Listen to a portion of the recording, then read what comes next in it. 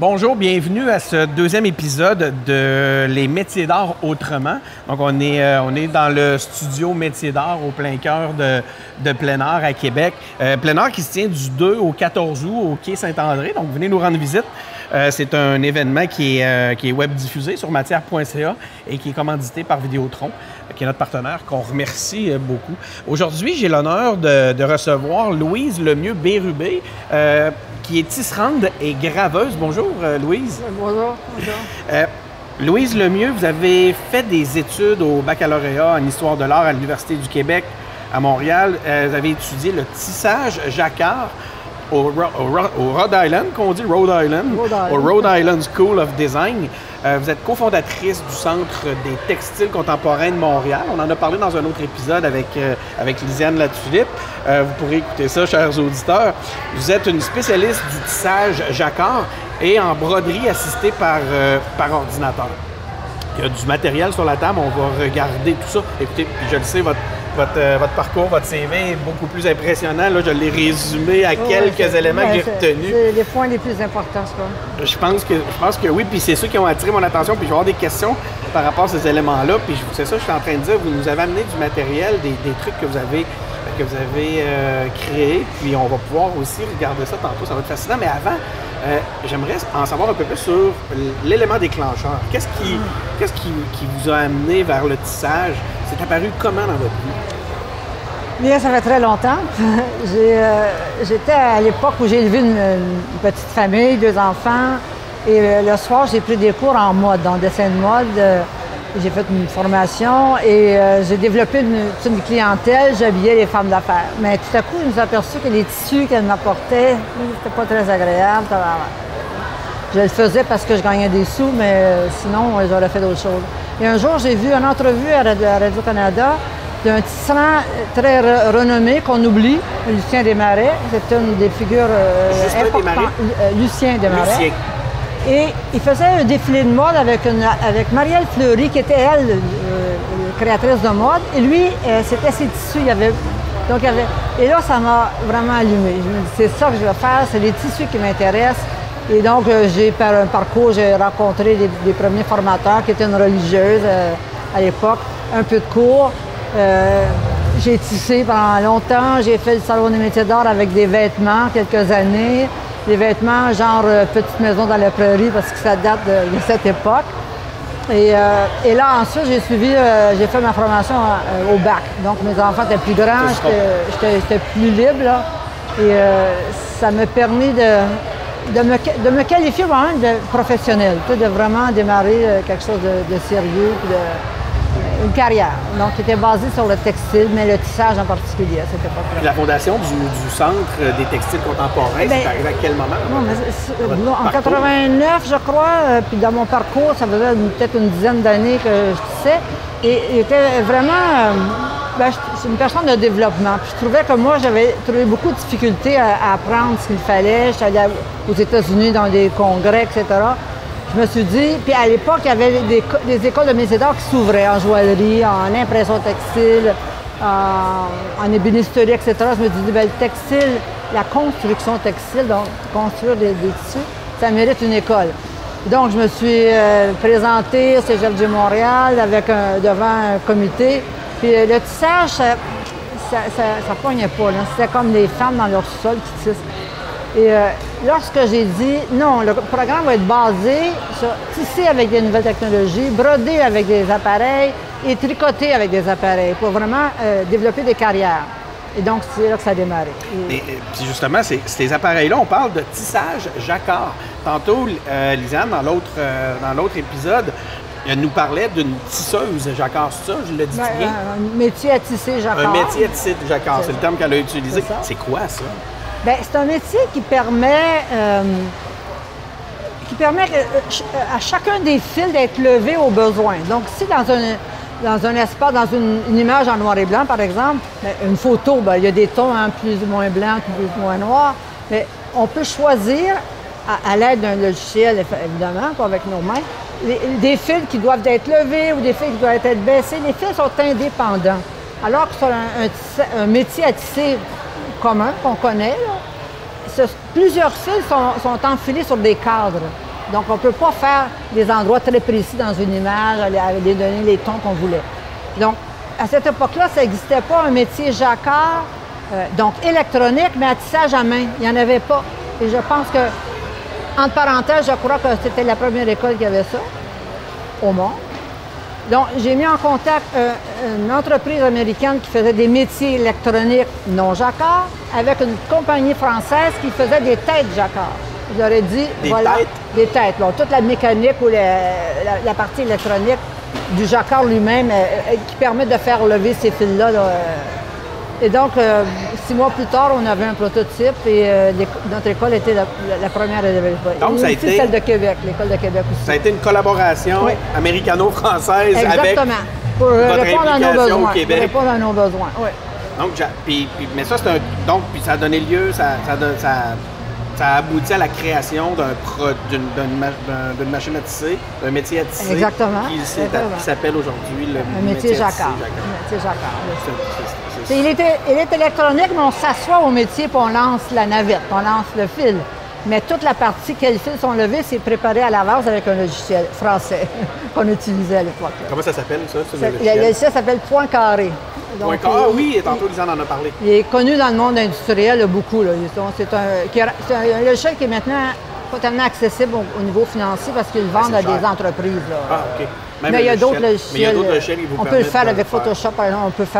On peut arriver à un résultat semblable. C'est drôle, parce que c'est sûr que je vais faire beaucoup de liens avec l'autre épisode qu'on a fait avant, parce que j'ai vraiment, tantôt, j'ai dit à la blague, je pensais pas. J'ai dit, vous faites pas ça avec Photoshop, toujours. Vous tissez pas avec Photoshop. Là, vous me ramenez Photoshop. Mais maintenant... Parce que votre démarche, parlons de votre démarche un peu, c'est ça, je vais vous laisser poursuivre ça. C'est quand on regarde des trucs comme ça, puis ça, mesdames et messieurs, il y a dans un truc comme celui-là, il y a plusieurs techniques. Donc, on a de la photo, du tissage et de la gravure que vous me disiez. D'accord. Puis, donc, ça part d'une photo. Donc, Photoshop a sûrement été mis en... Je fais une parenthèse. Photoshop est devenu trop dispendieux. Moi, j'ai pris la suite Affinity, qui donne l'équivalent de la suite Adobe. Enfin, je vais juste le dire parce que... Oui, c'est ça. On n'est pas là pour faire la promotion d'un produit de toute façon. Exactement. Il existe sur Internet des services comme Pixlr ou Netflix qui sont gratuits.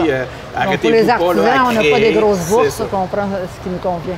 Donc, autant en tissage qu'en gravure, qu'en broderie, je travaille les images avec des logiciels et des machines différentes, spécifiques.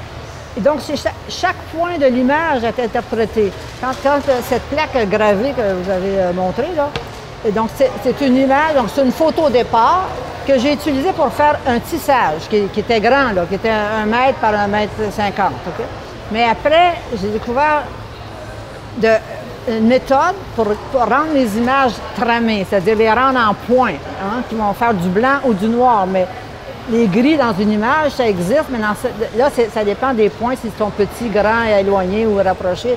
Ça nous donne les images. Donc, j'ai fait faire cette plaque-là avec mon image gravée. Je l'ai ancrée et je l'ai donc imprimée sous la presse, sur une presse dans un atelier de gravure, imprimée sur papier, imprimée sur du tissage tissé avec des fils de papier. Et donc, j'ai découvert aussi la gravure. Toute cette approche technologique m'a amené à aller voir, moi, qu'est-ce qui se fait ailleurs. Là, ça vous a amené vers la gravure qui est aussi assistée par ordinateur. Oui, la plaque, oui, elle est gravée par une machine qui s'appelle une machine découpe laser. Donc, la machine brûle des points. C'est ça. Il faut que je prépare mon image. D'où l'importance de transformer l'image en points, comme vous le disiez. C'est ça, en image tramée, puis la machine va comprendre, là, va graver, va brûler des points. Et donc, ce qui est en surface sera ancré, ça devient OK, quand vous dites ancré, c'est qu'il y a un oui, j'ai un rouleau avec de l'encre. Je passe le rouleau, je l'étends sur la table, je passe le rouleau dessus. Et là, quand c'est ancré, bien, je mets mon papier ou un tissu. Et sur une presse avec un grand rouleau, là, on fait la gravure. On transmet l'encre sur un... Je ne sais pas si les gens à la maison vont pouvoir le voir. On va voir avec qu'est-ce qu'on va être possible. Mais quand on le regarde de proche, on voit c'est vraiment l'image est composée de points creusés par le laser, de petites zones qui ont été grugées, je ne sais pas comment le dire, grattées, puis brûlées. Hein, c'est brûlé. Ça sent- D'ailleurs, ça la toujours. matière, on la sent. On parle de matière. On la là. sent littéralement. C'est ça, ouais. On se demande le bois, l'encre, le brûlé, tout ça se mélange. Mais puis on voit que c'est la grosseur des petits trous Exact. qui fait l'image. Exactement. Donc c'est vraiment un point. Je trouve ça, c'est fascinant. Puis- mais ça rend quand. Puis il y a une texture, évidemment, qui Ça vient donne avec une ça. texture. Et ça veut dire que quand c'est gravé, OK? J'ai une image ici en négatif qui sort de la machine à graver. Là. Ça, c'est seulement gravé, non ancré. Non ancré. Donc, quand c'est gravé, ça fait un trou, donc l'encre n'ira pas là. Donc, C'est ça. si Ça j'ancrais reste en ça, surface. mes arbres seraient foncés, alors que sur la plaque, ils sont clairs, ils sont protégés. Mais là, ça, donc, c'est voulu, l'arbre, Oui, que les arbres soient c'est gardés. le négatif. Tu sais, la machine va... C'est pas la même odeur, on n'a pas l'encre. Ouais, c'est Peut-être ça, que il y le a- bois est différent aussi, je sais pas. Non, c'est la Non. même chose. C'est, puis ça fait que à travers tous les différents médiums que vous utilisez, les différentes techniques que vous intégrez, vous êtes venu à produire, à créer en série limitée, là, dans Un une sac superbe, tissé. dans une superbe pochette. Comment vous l'appelez? Un livre? Ben, c'est un Un livre, livre artiste. on dit Un livre d'art? livre d'artiste. Un livre Dans le d'artiste. domaine, on dit livre d'artiste. Montrer D'ailleurs, ici. ça va être présenté à Notre-Dame-du-Portage le 2 octobre. Le 2 octobre, à Notre-Dame-du-Portage. Ouais. Je rêve d'être un arbre. Je vais le décrire un peu pour... Excusez-moi, Ouais. j'ai l'impression de allez, prendre- allez. je veux vraiment vous entendre, mais là, j'ai l'impression à tout vouloir présenter vos trucs, j'ai l'impression que c'est tout le temps moi qui parle. Mais, donc, on a un bois qui est gravé un peu à la technique, qu'on voit là, Ouais, qui ne sera pas ancré. qui n'est pas ancré. Il va rester comme ça. là. Ah, OK, ça, est-ce que c'est le Donc, c'est prototype le. que je dis? J'en ai fait 5. C'est un de Il y en a 5. seulement 5. Oui, parce que c'est livre d'artiste. Ben, imaginez le temps que ça prend.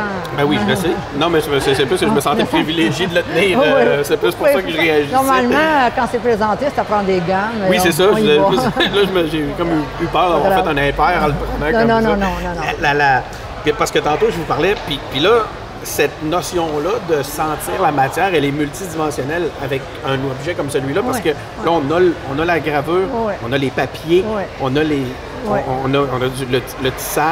Ouais, ouais. Et laisse nous dans le ce qui est présenter. imprimé, là, les images imprimées, Je vais en montrer une. ça a nécessité des bois gravés, OK, que j'ai ancrés, que j'ai imprimés sur papier.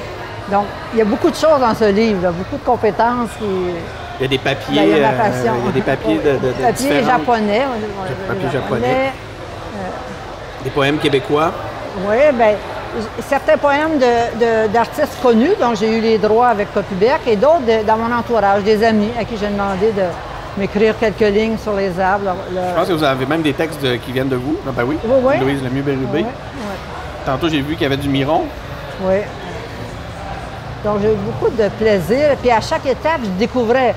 Tu sais, je cherchais, par exemple, pour réunir ce livre, je cherchais quelque chose en cuir. Tout à coup, je me suis dit, bien, je suis tisserande, je suis capable de faire des bandes, des rubans. Donc, après ça, la pochette, la même chose. Je dis, bon, il faut faire la pochette. Avec ce livre-là, c'est pas mal la synthèse de ce que je fais actuellement. Qu'est-ce qui vous inspire? C'est quoi vos grandes inspirations? Puis j'imagine que ça a évolué à travers le temps. J'ai deux sujets principaux. La nature, et je dirais plus spécifiquement les arbres, parce que je fais beaucoup d'œuvres là-dessus. J'ai photographié toute saison. J'ai fait des grands jacquards. Là. Des fois, c'était 4 mètres de large par 2 mètres de haut. Et donc, j'ai fait beaucoup sur les arbres, mais aussi les gens. J'ai fait beaucoup de voyages à cause de mes expositions. Et j'ai beaucoup photographié les gens, juste la tête. Et j'ai fait une exposition, une œuvre qui s'appelle Aimez-vous les uns les autres, qui avait été présentée en premier à la Biennale du lin de Deschambault, dans une église. Puis je trouvais que, pour moi, il y avait une satire là-dedans. Tu sais, oui, aimez-vous les uns les autres, mais peut-être pas les musulmans, là, peut-être pas les homosexuels, peut-être pas si... Et je voulais vraiment faire un témoignage. Et là, ça circule, cette exposition-là. Ça a déjà été présenté à Québec, à la Galerie Materia. Et actuellement, c'est en Chine. pour un mois, là, c'est en Chine. Vos œuvres semblent voyager beaucoup. Hein? Oui. Parce que tantôt, vous me disiez Oui. que vous aviez des grands formats actuellement qui circulaient au Portugal, entre autres. Oui. Là, au Portugal, c'est une installation qui s'appelle « Je rêve d'être un arbre », d'où le titre Ben, c'est ça. de ce livre. Et donc, il y a 30 éléments suspendus au plafond qui sont, pour moi, mes arbres, sur lesquels j'ai imprimé, donc avec des plaques de bois gravées de 2 pieds, 24 pouces par 48 pouces. Là, je vais passer au pouce. Et j'ai donc fait préparer, couper au laser, des plaques, et c'est des images d'arbres. Donc j'ai mes arbres, j'ai 30 éléments suspendus qui sont comme une forêt, et puis on peut circuler à travers. Puis là, il y a des poèmes qui sont attachés aux des arbres. Et donc, je veux que les gens circulent, se sentent bien, peut-être développent une appartenance à ce milieu que j'adore. On dirait que votre œuvre n'est pas faite pour rester distante. Oh non, c'est vrai. Vous voulez les gens au sein de votre... Oui, effectivement, effectivement. D'ailleurs, les photos de la série les uns les autres, j'ai photographié des portraits de près. Quand je voyageais, pour moi, si j'avais un regard de la personne, des fois, je ne connaissais pas la langue, par exemple, j'étais en Chine ou ailleurs. Si je ne connaissais pas la langue, pour moi, c'était le regard. Et avec ma caméra, il y avait une acceptation. Donc, c'est beaucoup ça, des plans rapprochés. Et c'est présenté comme ça aussi. Et j'ai même peint en rouge pour chacun des éléments. J'ai sûrement à peu près 24 ou 30 personnages que j'ai fait. Et sur chacun d'eux, j'ai peint en rouge des éléments importants de chacun. Pour dire pourquoi celui-là au lieu de celui-ci. Donc, et là, dans le moment, je réfléchis à revenir à certaines formes de portraits de visage. Après ma forêt, là. Il y a une œuvre qui est... moi, je l'avais déjà vue. Je pense qu'il doit être une de vos œuvres les plus connues. C'est l'œuvre hommage à Henri Richard, qui est un portrait, mais aussi un très grand format. Ça, pour moi... Vous pouvez le voir, chers auditeurs, parce que pour ceux qui vont vouloir le voir, là, il est à la Place Belle à Laval, cette œuvre-là. En fait, vous en avez deux, je pense. Hein? En fait, dans l'entrée, dans le lobby, il y a deux grands murs. C'est très, très grand. Deux grands formats. En fait, c'est des panneaux joints là, ensemble. Bien, il y avait un concours. Je me suis dit, c'est rare qu'un concours d'art public, c'est à l'intérieur. Hein? C'est toujours une sculpture d'art, etc. Qui ferme la porte au tissage. Oui. Fait que là, je me suis dit, voilà, là, il faut que j'envoie un dossier. Et je me suis bien préparée. Je vais éviter les détails parce qu'il y en a beaucoup. Et là, j'avais quand même en jury, on était 3 qui étaient finalistes, il y avait des noms importants. Mais j'étais prête. Mais en plus, Henri Richard m'intéressait parce que mon conjoint était réalisateur de sport à Radio-Canada. Il connaissait Henri Richard. Nous avons côtoyé la famille Richard. Donc, je m'en faisais une mission. Il fallait que je présente quelque chose. Ça ne peut pas être quelqu'un d'autre. C'est ça. Et là, je dit, il faut que je gagne ce concours-là, que j'ai gagné. Mais un grand format comme ça, en couleur, j'ai fait appel à une industrie aux États-Unis, une usine pour le tissage. Donc, toutes les images étaient prêtes avec comment on va lever tel fil de couleur, etc. Là, toute la partie technique était prête. Il y a l'autographe en rouge. Exactement, mais il a fallu aussi que je contacte. C'était difficile d'avoir les droits des images utilisées parce que c'était pas mes photos, là, ça date. Finalement, par Régent Hall, qu'on connaît, au Club canadien, j'ai obtenu les droits d'utiliser une banque de photos. Et là, pour moi, c'était l'homme avant tout, la personne que je voulais personnifier dans son environnement, entouré des spectateurs, par exemple, dans une des pièces. Puis une dernière photo, c'était Henri Richard qui faisait ses adieux au Centre Bell à Montréal. Donc cette photo-là était plus récente, elle était plus âgée. Pour moi, c'est une œuvre très importante parce que les publics témoignent aussi de mon attachement pour les personnes. Henri, mais il y en a d'autres. En fait, c'est ça, c'est ce qui me... Pour les personnes, pour ça, je me suis dit... On retrouve vos inspirations. Oui, il faut que je le gagne, ce concours-là. Puis aussi, le gagner pour le textile. Parce que c'est rare qu'on voit des œuvres publiques en textile. Donc, c'était ma mission. C'est quoi la place du textile en art, avec un grand A? Hein, on est habitué de voir le textile dans le travail artisan, les métiers d'art. Puis vous nous l'amenez à la hauteur d'art avec tout ce que ça implique. Ça reste métier d'art. C'est vrai que des fois, je suis à cheval sur art visuel. Mais pour moi, ça reste du textile. Et c'est surtout parce que je fais des œuvres qu'on met au mur là, ou dans l'espace. Elles ne sont pas fonctionnelles, elles ne sont pas utilitaires. C'est la notion. C'est ça, c'est là qui fait la différence. Et c'est ce qui m'intéresse. C'est des grands défis. Pour une œuvre comme la dernière œuvre, j'ai pris une année pour la réaliser. Là, Je rêve d'être un arbre. Mais j'ai eu une bourse pour le faire, donc ça a aidé. C'est ça aussi, pour faire... Je me sens comme un rôle avec mon bagage, puis les gens qui m'ont supporté, un rôle de faire connaître les textiles, de faire aimer les textiles. Bien, vous l'avez fait à travers votre école, oui. Hein, votre centre de formation. Oui. Tantôt, Lisanne nous a amené vers cet aspect-là. Parler de vous comme une mentor dans ce domaine-là. Mais la notion technologique n'est pas banale. Est-ce que c'est une évolution ou vous êtes, c'est arrivé très tôt, ce désir-là d'amener la technologie, à contribution? Je pense que je suis une personne techno. Des fois, quand je vais chez Apple Store, par exemple, il y a des jeunes, plus jeunes que moi, là, pas mal plus jeunes que moi, je leur dis, si des fois, je les sens qui me maternent, je leur dis, écoute, là, moi, là, j'envoyais des courriels alors que tu n'étais pas au monde. C'est 72, les premiers courriels. Fait que, tu sais, ça fait longtemps. J'ai une famille, mon mari est en technique au sport, mon fils est en électronique, ma fille est programmeur. On est une famille intéressée par la technique. Mais ça s'est-tu présenté comme une évolution, à savoir, vous tissiez avec des méthodes... Le jacquard me fait faire le pas. Mais en même temps, pour moi, quand l'école, les arguments que j'ai apportés pour fonder l'école, c'était avec la technologie, ça va aider, en tout cas, le développement de carrière davantage. Parce qu'il y en a qui n'ont pas de technologie puis qui ont une carrière, mais pour moi, c'était aussi ça qui était derrière. Ça se manifeste comment, ce désir-là d'expérimenter à travers j'essaie de voir un peu parce que c'est pas évident de faire le pont, surtout quand on parle de grand format. Est-ce qu'il existe des machines qui vous permettent de créer ces grands formats-là d'un coup? Non.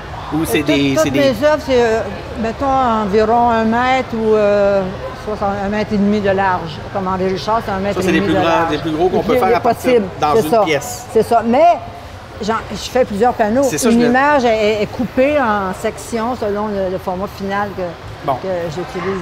Donc, c'est pas tant que ça à la portée, c'est pas simple en tout cas. Là. Donc, c'est pour ça que je me demande comment naît le désir d'expérimenter dans une échelle aussi grande quand les outils n'existaient même pas. Oui, j'ai besoin de... En tout cas, je vois grand. J'ai une forme d'ambition de développer tout ça. Puis je ne serais pas très habile à faire des petits objets. Pas que je méprise, mais sinon, j'ai besoin d'espace. Mais peut-être dans ma personne. Parce que vous êtes mis à chercher des façons de... Oui, parce que quand je suis allée au Rhode Island School of Design, c'était pour apprendre. J'avais une amie américaine qui faisait pas du jacquard, mais quelque chose qui s'en rapprochait. Je lui demandais où est-ce que je devrais aller. Elle m'avait recommandé ça. J'ai eu une bourse aussi pour y aller. Bien, là, j'ai appris les rudiments, puis ça m'a confirmé que c'est ça que je voulais faire. Madame Louise Lemieux-Bérubé, vous êtes aussi auteure du livre Le tissage créateur. En plus, c'est un livre que vous avez écrit. Étant la directrice du Centre des textiles, toute la documentation pour nos étudiants, c'était en anglais, en grande majorité. Il y avait des choses en français, mais très basiques, je dirais, ou très traditionnelles, ou des auteurs québécois, il y en avait un peu. Mais moi, je voulais qu'on aille plus loin, qu'on touche même, incluant dans ce livre-là, le jacquard, mais beaucoup d'autres choses. Et donc, au cégep, il y avait l'occasion on avait une aide technologique et financière pour écrire un livre qui était un livre technique. Donc, j'ai pris quelques années à le faire. Il y a des moments où je ne voulais plus, c'était trop difficile. La première fois que j'ai présenté à la reviseure de texte, c'est revenu tout en rouge. Je pensais que j'écrivais bien. Non, mais c'était un gros travail. À la vitesse que la technologie évolue, en plus, ça doit demander des mises à jour régulières. Oui, je l'ai converti, là, on peut l'avoir sur Internet. Dans des formats numériques. Effectivement, de temps en temps, même, c'est arrivé 2 fois, là, quelqu'un a dit « Oh, il y a une petite erreur à tel endroit. » Il en trouve encore. Fait que, mais je trouve intéressant, c'est vrai qu'il y a, heureusement, puis je pense que tout le monde, on doit vous remercier d'avoir, vous et toute votre génération, d'avoir francisé les outils de formation. Parce que tout se passe en anglais. Hein. Oui, on est en Amérique. Hein, on n'y échappe pas. Bien, écoutez, Madame Louise Lemieux-Bérubé, tisserande et graveuse, merci beaucoup d'avoir accepté notre invitation, d'être passé nous voir pour nous parler de votre travail. Merci, chers auditeurs, d'avoir été à l'écoute de cette 2e capsule consacrée aux aspects technologiques, aux aspects numériques. Ça a été capté dans le cadre de plein art qui se déroule du 2 au 14 août sur le quai Saint-André à Québec. Donc, passez nous voir. Moi, c'est Denis Martel. À la diffusion, il y a Jeff Bérard. Donc, ne manquez pas de nos autres épisodes. On va encore avoir un 3e épisode dans le cadre de cette série-là. Et on se retrouve lors d'une autre entrevue. Merci.